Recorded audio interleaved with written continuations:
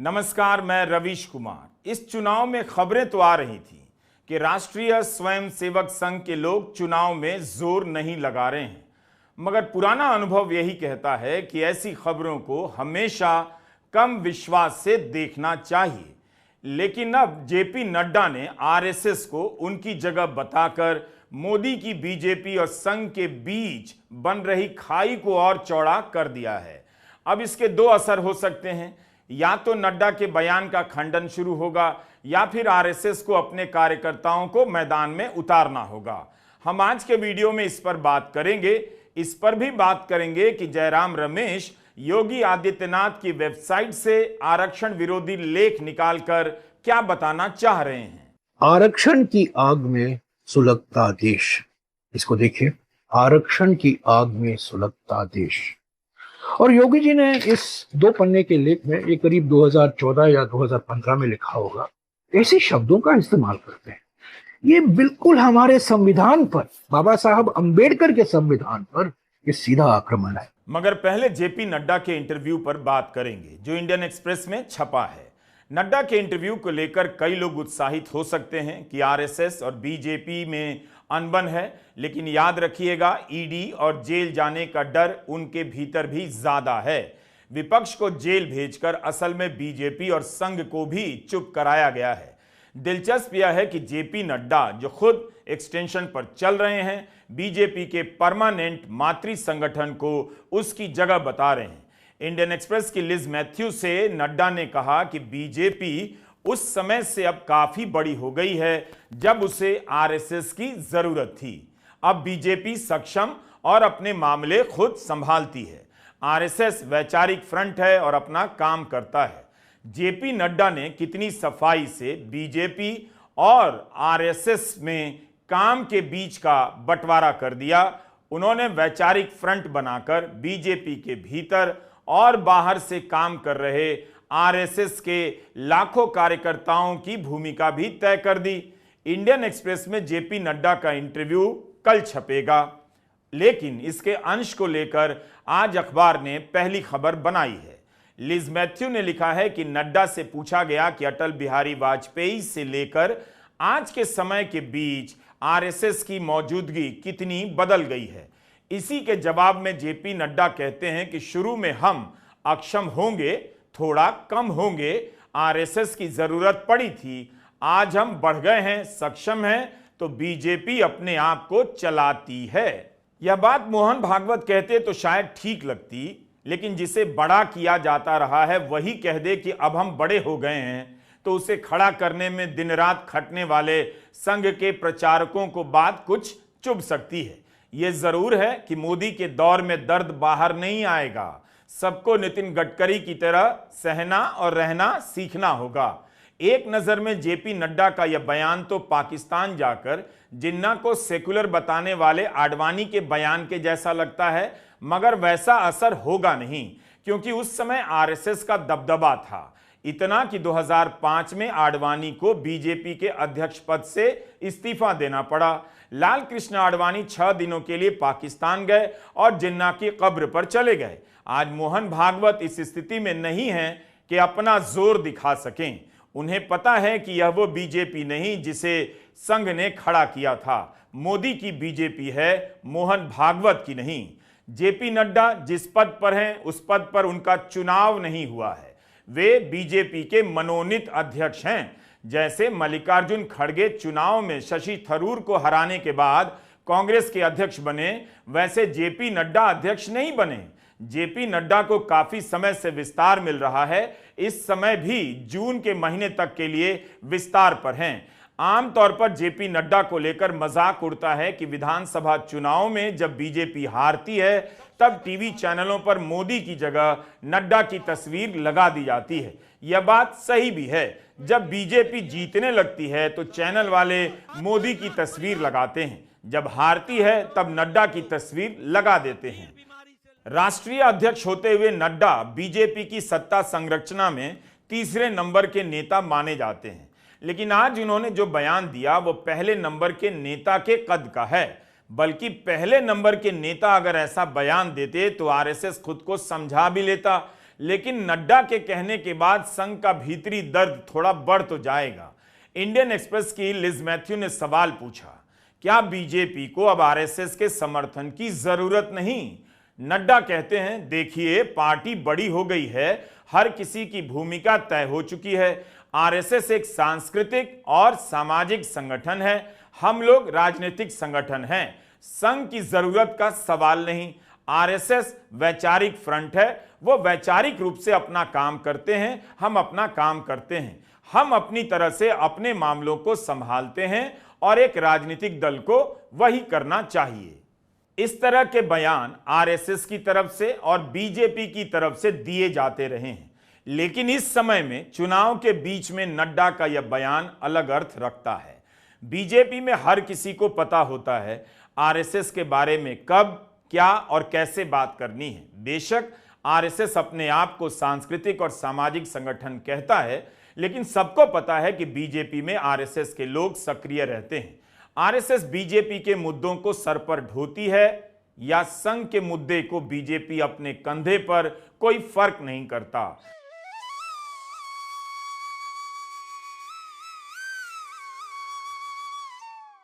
बाईस जनवरी का यह दृश्य बार बार नजर के सामने आता है। जिस मोदी के कैबिनेट के मंत्रियों को अयोध्या नहीं आने दिया गया, उनकी ड्यूटी कहीं और लगा दी गई कि टीवी पर जनता के बीच उद्घाटन का प्रसारण देखें। उस मोदी के साथ मोहन भागवत और योगी आदित्यनाथ मंदिर में मौजूद थे। शिलान्यास के समय भी मोहन भागवत और योगी थे। 22 जनवरी को मोदी की मौजूदगी में मोहन भागवत ने भी भाषण दिया था। राम मंदिर का माहौल बनाने में आरएसएस ने बीजेपी से ज्यादा जोर लगाया। उसके ही कार्यकर्ता हाउसिंग सोसाइटियों में घूमते रहे। जेपी नड्डा कहते हैं, बीजेपी अब बड़ी हो गई है। कभी आरएसएस की जरूरत थी, लेकिन बीजेपी के भीतर संघ से आए हुए लोग जो काम कर रहे हैं, क्या वे भी संघ से बड़े हो गए हैं? उनकी निष्ठा बदल गई है। क्या उन्हें नड्डा का यह बयान पसंद आएगा? अभी चुनाव है तो रस्म निभाने के लिए सबको पसंद आएगा, मगर राजनीति को समझने वाले अच्छी तरह जानते हैं नड्डा जैसे प्रभावशाली और लोकप्रिय नेता के इस बयान से आरएसएस को अच्छा नहीं लगा होगा। यह जरूर पता किया जाना चाहिए कि नड्डा जी ने खुद कहा है या यह विचार मोदी जी के भी हैं। आज उद्धव ठाकरे ने मुंबई में इस इंटरव्यू के संदर्भ में बयान दिया।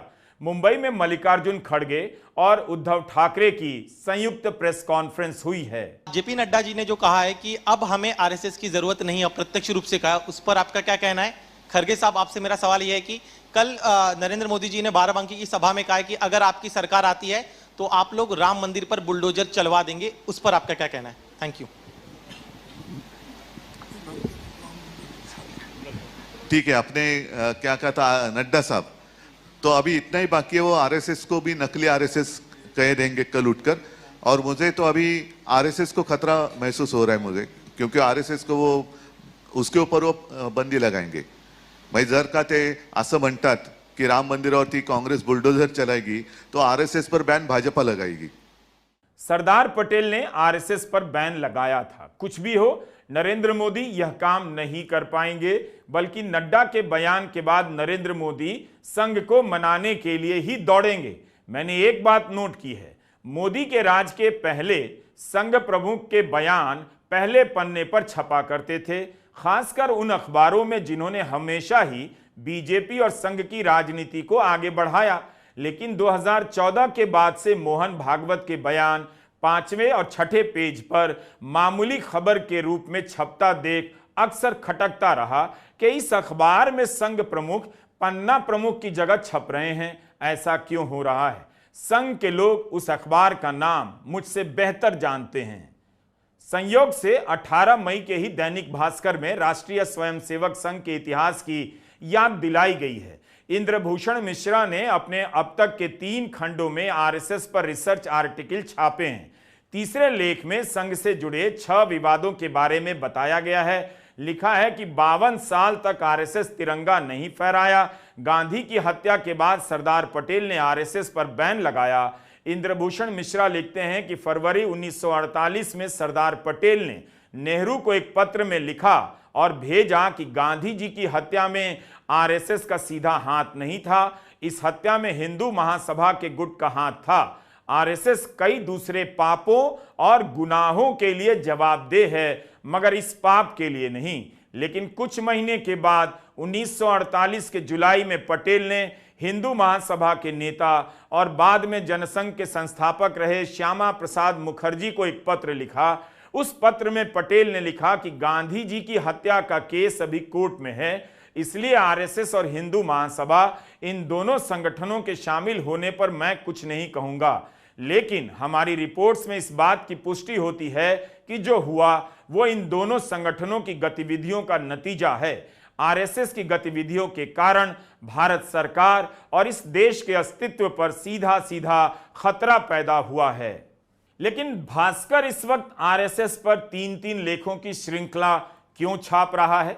बिल्कुल छापना चाहिए। बार बार बताया जाना चाहिए कि गांधी जी की हत्या के बाद सरदार पटेल ने आरएसएस पर क्यों बैन लगाया।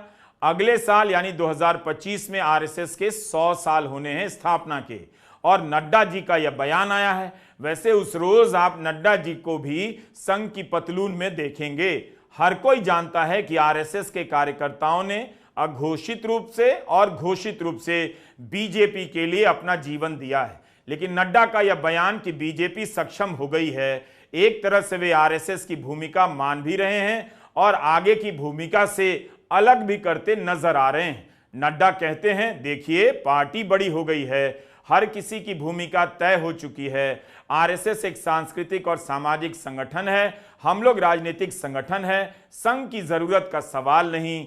आरएसएस वैचारिक फ्रंट है, वो वैचारिक रूप से अपना काम करते हैं, हम अपना काम करते हैं, हम अपनी तरह से अपने मामलों को संभालते हैं और एक राजनीतिक दल को वही करना चाहिए। नड्डा के बयान पर मोहन भागवत के स्वागत का इंतजार कीजिए। इस दौर में स्वागत करने के अलावा उनके पास दूसरा विकल्प नहीं। आज नरेंद्र मोदी की बीजेपी संघ की बीजेपी नहीं, आज की बीजेपी आलीशान पार्टी है, बेहद अमीर पार्टी है। पिछले 10 साल में बीजेपी ने हर जिले में नया दफ्तर बनाया, उसे सुसज्जित किया। भारत के राजनीतिक इतिहास में किसी भी राजनीतिक दल ने एक साथ इतनी जगहों पर नया दफ्तर नहीं बनाया होगा। पत्रकार एम राजशेखर ने वायर में लिखा है, इसका शीर्षक है बीजेपी को 60,000 करोड़ का हिसाब देना होगा। राजशेखर बताते हैं कि अगस्त 2014 में मोदी ने ऐलान किया कि हर राज्य और हर जिले में बीजेपी का दफ्तर होना चाहिए और इनमें आधुनिक कम्युनिकेशन फैसिलिटी होनी चाहिए। इसके अगले साल बीजेपी ने ऐलान किया कि देश भर के 694 जिलों में से 635 जिलों में नए दफ्तर बनाएगी। मार्च 2023 तक इस टारगेट को बढ़ाकर 887 कर दिया गया। राजशेखर ने लिखा है कि 2014 से 23 के बीच बीजेपी ने सिर्फ इमारतों और कैंपेन पर 74,000 करोड़ से लेकर 1,00,000 करोड़ तक का खर्चा किया है। यह आंकड़ा इस अंतराल में पार्टी की घोषित आय से 5 से 7 गुना अधिक है। वे लिखते हैं कि इलेक्टोरल बॉन्ड से जो आंकड़ा सामने आया है वो असल आय का 10% भी नहीं हो सकता। इस लेख पर कम बात हुई, लेकिन यह तो सबने देखा कि सैकड़ों जिलों में बीजेपी का नया दफ्तर बना। जाहिर है बीजेपी के पास पैसा तो है, इलेक्टोरल बॉन्ड और इलेक्टोरल ट्रस्ट से ही उसके पास करीब 13,000 करोड़ से अधिक पैसा आया है। इतने पैसे से जेपी नड्डा अपने पुराने कार्यकर्ताओं को फॉर्च्यूनर कार गिफ्ट कर सकते हैं या चुनाव के समय बीजेपी के हर एक कार्यकर्ता को 1-1 लाख की सैलरी दे सकते हैं। इतनी अमीर पार्टी के कार्यकर्ताओं को कुछ तो मिलना ही चाहिए, उन्हें भी मांगना चाहिए। मोदी सरकार के 10 साल में सिर्फ एक वाकया ऐसा हुआ जब मोदी के मंत्री संघ के साथ मीटिंग करने गए, उसके बाद से दोबारा यह वाकया नहीं हुआ। आरएसएस का जिक्र केवल इसी संदर्भ में आता रहा कि मोदी को जिताने के लिए घर घर में इसके कार्यकर्ता घूम रहे हैं या फिर यूनिवर्सिटी में भर्तियों में अपने लोगों को लगवाने में लगे हैं। नड्डा की बात पर गौर करने से पहले डेरेक ओब्रायन का यह लेख देखिए। यह लेख भी इंडियन एक्सप्रेस में छपा है। तृणमूल के राज्यसभा सांसद डेरेक ओब्रायन ने कुछ दिन पहले आरएसएस भाजपा के रिश्ते पर इंडियन एक्सप्रेस में ही एक लेख लिखा। बताया कि मोदी सरकार के 10 में से 7 मंत्री संघ परिवार से हैं, 10 में से 4 राज्यपाल प्रचारक रह चुके हैं, आरएसएस के वॉलंटियर रह चुके हैं, 12 में से 8 राज्यों के मुख्यमंत्री और उप मुख्यमंत्री स्वयं सेवक हैं। डेरेक लिखते हैं कि कई शिक्षण संस्थाओं के प्रमुख भी संघ और संघ से सहानुभूति रखने वाले लोगों को बनाया गया है। 5 अप्रैल 2024 को रिपोर्टर्स कलेक्टिव की आस्था सव्यसाची ने एक शानदार रिपोर्ट की। शीर्षक है, केंद्र ने संघ परिवार भाजपा नेताओं और सहयोगियों को सौंपे 62% नए सैनिक स्कूल। इतना कुछ संघ को दिया जा रहा है, मिला है, लिया जा रहा है। इसके बाद भी जेपी नड्डा कह रहे हैं बीजेपी सक्षम है, आरएसएस की जरूरत नहीं, वह वैचारिक फ्रंट है। तो इन तथ्यों को भी ध्यान रखिए। नड्डा का यह बयान चुनावी कारणों की वजह से हो सकता है, दोनों एक दूसरे के बिना नहीं रह सकते, यह समझ लीजिए। यह घटना सितंबर 2015 की है। दिल्ली के वसंत कुंज स्थित मध्य प्रदेश भवन में 10 घंटे की मीटिंग हुई। राजनाथ सिंह, तत्कालीन वित्त मंत्री अरुण जेटली, दिवंगत सुषमा स्वराज, रक्षा मंत्री मनोहर पर्रिकर, स्वास्थ्य मंत्री नड्डा सब गए थे। आरएसएस के 15 सहयोगी संस्थानों ने भी इस मीटिंग में शिरकत की। उस समय राम माधव जनरल सेक्रेटरी थे। 3 दिनों की इस मीटिंग में मंत्रियों ने संघ के सदस्यों को प्रेजेंटेशन दी। मीटिंग की अध्यक्षता मोहन भागवत कर रहे थे। प्रधानमंत्री मोदी भी शामिल हुए। इंडियन एक्सप्रेस ने लिखा है, इस मीटिंग में बीजेपी आरएसएस के 90 से अधिक नेता शामिल हुए। यह पहली बार था कि सरकार बनने के बाद बीजेपी और आरएसएस की ऐसी मीटिंग हुई। रणदीप सुरजेवाला ने उस समय बयान दिया था कि यह लोकतंत्र का मजाक है। उस समय कांग्रेस के सदस्य और प्रवक्ता आरपीएन सिंह ने कहा कि इस मीटिंग से साफ हो जाता है आरएसएस ही सरकार को चला रही है और इसके मंत्री भारत के लोगों को नहीं, आरएसएस के प्रति जवाबदेह हैं। क्या बात है। और कहा जा रहा है कि संघ सरकार चला रही है, क्या कहेंगे इस विरोधियों के आरोप पर? मैं भी गया था उस संघ की बैठक में। नहीं, लेकिन सर एक आरोप लगाया जा रहा है कि एकदम मैं यह आरोप पूरी तरह से बेसलेस है, बेबुनियाद है, निराधार है। और मैं कहना चाहता हूं कि मैं आरएसएस का स्वयंसेवक हूं, प्रधानमंत्री जी आरएसएस के स्वयंसेवक हैं, इसलिए इसको लेकर कहीं पर कोई प्रॉब्लम नहीं होनी चाहिए। आरपीएन सिंह अब बीजेपी में हैं। 9 साल बाद वाकई बीजेपी बड़ी हो गई है। जेपी नड्डा कहते हैं कि बीजेपी अब सक्षम है। इसका मतलब क्या है? क्या यह मतलब है कि चुनाव में संघ मदद नहीं करेगा तब भी चुनाव जीत जाएंगे? क्या नड्डा संघ को चुनौती दे रहे हैं, उसकी जगह बता रहे हैं? एक बात समझिएगा, आरएसएस भी सत्ता के बिना नहीं रह सकता। इस 10 साल में इतनी चीजें बिगड़ी, अब उन्हें भी किसी तरह से सत्ता ही चाहिए, खुद को बचाने के लिए भी। ऐसा नहीं हो सकता कि 10 साल में संघ प्रमुख को चीजें गलत नहीं लगी होंगी, लेकिन जब सत्ता मिल रही थी तब चुप ही रहे, तो अब आगे भी चुप रहना होगा। आज आरएसएस बीजेपी की बी टीम लगती है, तभी तो बीजेपी के प्रचार पोस्टरों पर एक ही नेता की तस्वीर है। वो हैं तो बीजेपी है, वो हैं तो शायद राष्ट्रीय स्वयंसेवक संघ भी। राजनाथ सिंह ने एक बयान दिया है, 2029 में भी मोदी ही प्रधानमंत्री बनेंगे। उस समय उनकी उम्र करीब 80 साल होगी। राजनाथ का यह बयान बता रहा है कि आज की बीजेपी में जब इतना ही कहने की आजादी है तो इतना ही बोलो कि 2029 में मोदी ही प्रधानमंत्री बनेंगे और बहुत खुश करना है और कुछ नहीं बोल सकते तो क्या पता एक दिन यह भी कह देंगे 2035 में वही प्रधानमंत्री बनेंगे। नेताओं का दावा करने वाली पार्टी पिछले 10 साल से अगले 10 साल के लिए एक ही नेता के नाम के नारे लगा रही है। इस मामले में राहुल गांधी ने समय से पहले अपनी आगे की राजनीति की बुनियाद रख दी। भारत जोड़ो यात्रा के बाद से राहुल गांधी आरएसएस को लेकर खुलकर बोलने लगे हैं। विपक्ष के खेमे से किसी भी नेता से ज्यादा राहुल इस मामले में मुखर हैं। उनके साथ साथ मल्लिकार्जुन खड़गे भी संघ को लेकर साफ साफ कह रहे हैं कि यह चुनाव विचारधारा की लड़ाई है, मगर बीजेपी के भीतर तो सत्ता की लड़ाई चल रही है। मलाई मिलेगी या नहीं, इसे लेकर संघ को ही जगह बताई जा रही है। आप चलिए, हम बड़े हो गए हैं। यह चुनाव दो विचारधाराओं के बीच में है। इंडिया अलायंस, राहुल गांधी, मल्लिकार्जुन खड़गे जी, रेवंत रेड्डी जी कहते हैं कि इसको बचाना है, इसकी रक्षा करना है, और नरेंद्र मोदी, अमित शाह, आरएसएस के नेता कहते हैं इस किताब को बदल दिया जाए, इसको फेंक दिया जाए। हम इस किताब की रक्षा करेंगे। कोई भी शक्ति इस किताब को डैमेज नहीं कर सकता है, खत्म नहीं कर सकता। खास करके हमने जो आज शपथ लिया, इस देश में संविधान बचाने का शपथ लिया है, इसको बचा के रहेंगे, हर कीमत पे बचाएंगे। ये संविधान सबके लिए है, सिर्फ रिजर्वेशन के लिए नहीं है। ये संविधान हमारे मूलभूत अधिकारों के लिए है। बोलने का अधिकार, लिखने का अधिकार, हमको जो काम करना चाहिए उसका अधिकार, हर चीजों का अधिकार इस किताब में है। इसको छीनना चाहते हैं मोदी जी, आप लाख कोशिश करो, आप कभी इसको छू नहीं सकते, और आपकी आरएसएस भी इसको छू नहीं सकती। दैनिक भास्कर की सीरीज जरूरी है, उसे आप पढ़िए। इस सीरीज में आरक्षण और संघ के विवाद पर भी विस्तार से लिखा जा रहा है। 2015 में ऑर्गेनाइजर में संघ प्रमुख मोहन भागवत का इंटरव्यू छपा।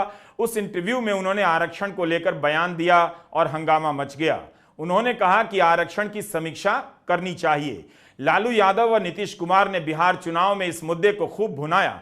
इसके बाद संघ को बयान जारी कर सफाई देनी पड़ी। 29 सितंबर 2015 को संघ ने मोहन भागवत के आरक्षण के बयान पर विज्ञप्ति जारी करते हुए अपना पक्ष रखा।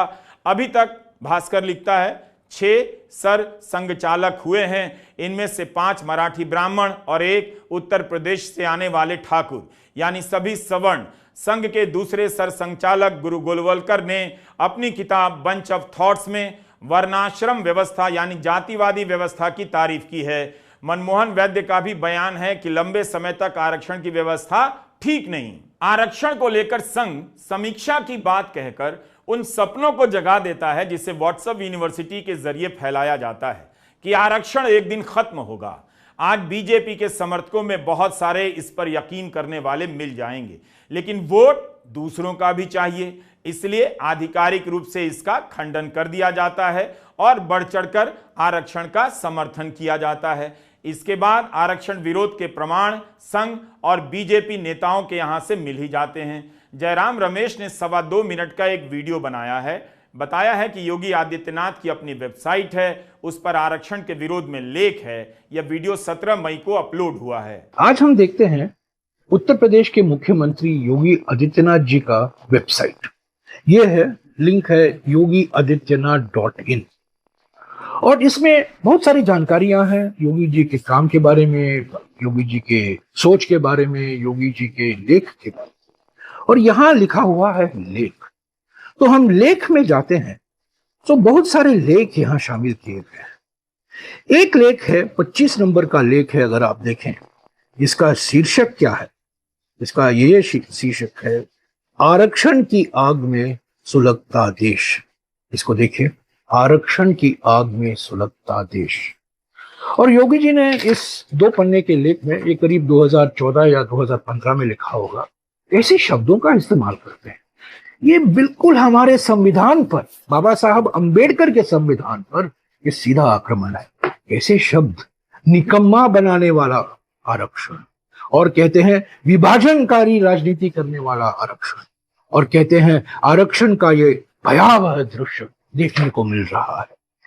देखिए, ऐसे भाषा का इस्तेमाल करना उत्तर प्रदेश के मुख्यमंत्री एकमात्र व्यक्ति नहीं है। मैं समझता हूं ये सोच आरएसएस की सोच है, ये सोच प्रधानमंत्री की सोच है। ये बाबा साहब अंबेडकर के संविधान को हटाना चाहते हैं, 400 पार 400 पार का नारा देकर। असली बात तो ये है कि कभी भी आरएसएस और बीजेपी बाबा साहब अंबेडकर के संविधान से वो स्वीकारती कभी नहीं थी। 1949 में, 30 नवंबर 1949 में ऑर्गेनाइजर, जो आरएसएस की एक पत्रिका है, प्रकाशन है, उसमें लिखा गया था कि इस अंबेडकर के संविधान में मनुवादी आदर्श कहीं नहीं मिलते। मनुवादी आदर्शों से ये प्रेरणा नहीं लेती है। ये उनका लेख है, ये उनका कहना है। तो आज 2024 में हम इस संविधान को सुरक्षित रखने के लिए लड़ रहे हैं। कांग्रेस पार्टी और इंडिया गठबंधन इस संविधान को सुरक्षित रखने के लिए इस चुनाव में उतरी है। जयराम रमेश फैक्ट चेकर बन गए हैं। जब मीडिया सत्यता की तफ्तीश नहीं कर रहा, सवाल नहीं पूछता, तो राजनीतिक प्रवक्ता ही फैक्ट चेकर, पत्रकार सब कुछ बन रहे हैं। जयराम लैपटॉप लेकर बैठे हैं, वेबसाइट के पहले पन्ने से वीडियो शुरू होता है, लिंक बताते हैं, फिर लेख वाले सेक्शन में जाते हैं, 25वें नंबर के लेख का शीर्षक पढ़ते हैं, आरक्षण की आग में सुलगता देश। बीजेपी कांग्रेस पर मुसलमानों को आरक्षण देने का आरोप लगा रही है, जबकि बीजेपी के ही सहयोगी चंद्रबाबू नायडू मुसलमानों को आरक्षण देने का वादा कर रहे हैं। नरेंद्र मोदी ने एक बार भी चंद्रबाबू नायडू का नाम लेकर यह मुद्दा नहीं उठाया, जबकि उनके साथ कई बार मंच साझा कर चुके हैं। कर्नाटका में यह आरक्षण कब से लागू है? बिहार में आरक्षण कर्पूरी ठाकुर के समय से दिया जा रहा है, लेकिन सबका साथ सबका विकास का नारा देने वाले प्रधानमंत्री आरक्षण के मुद्दे पर कांग्रेस को घेर रहे हैं। इस चुनाव के बाद अगर आंध्र प्रदेश में जगन रेड्डी को बहुमत मिला और लोकसभा की सीटें उनकी बढ़ गई तो मोदी उनसे हाथ मिलाने में संकोच नहीं करेंगे। जगन रेड्डी ने भी कहा है कि मुसलमानों के लिए 4% आरक्षण जारी रहेगा।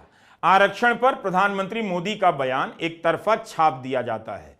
इसी तरह से मुस्लिम आरक्षण को लेकर नैरेटिव बनाया गया, मगर आपको नहीं बताया गया कि बीजेपी कर्नाटका और आंध्र प्रदेश में जिनके साथ चुनाव लड़ रही है, चुनाव के बाद जिनसे हाथ मिला सकती है, दोनों मुस्लिम आरक्षण के समर्थक हैं। क्या इस आधार पर बीजेपी उनसे हाथ नहीं मिलाएगी? हमारे इस वीडियो को ध्यान से देखिएगा, पड़ोसियों को जरूर दिखाइएगा, एक आध अंकिलों को भी दिखाइए तो आपका विशेष रूप से शुक्रिया अदा करूंगा। भारत की राजनीति में अंतिम रूप से अभी कुछ भी नहीं लिखा गया है। जेपी नड्डा आरएसएस के बारे में बयान दे रहे हैं, इसका मतलब है अभी बहुत कुछ देखना बाकी है। नमस्कार, मैं रवीश कुमार।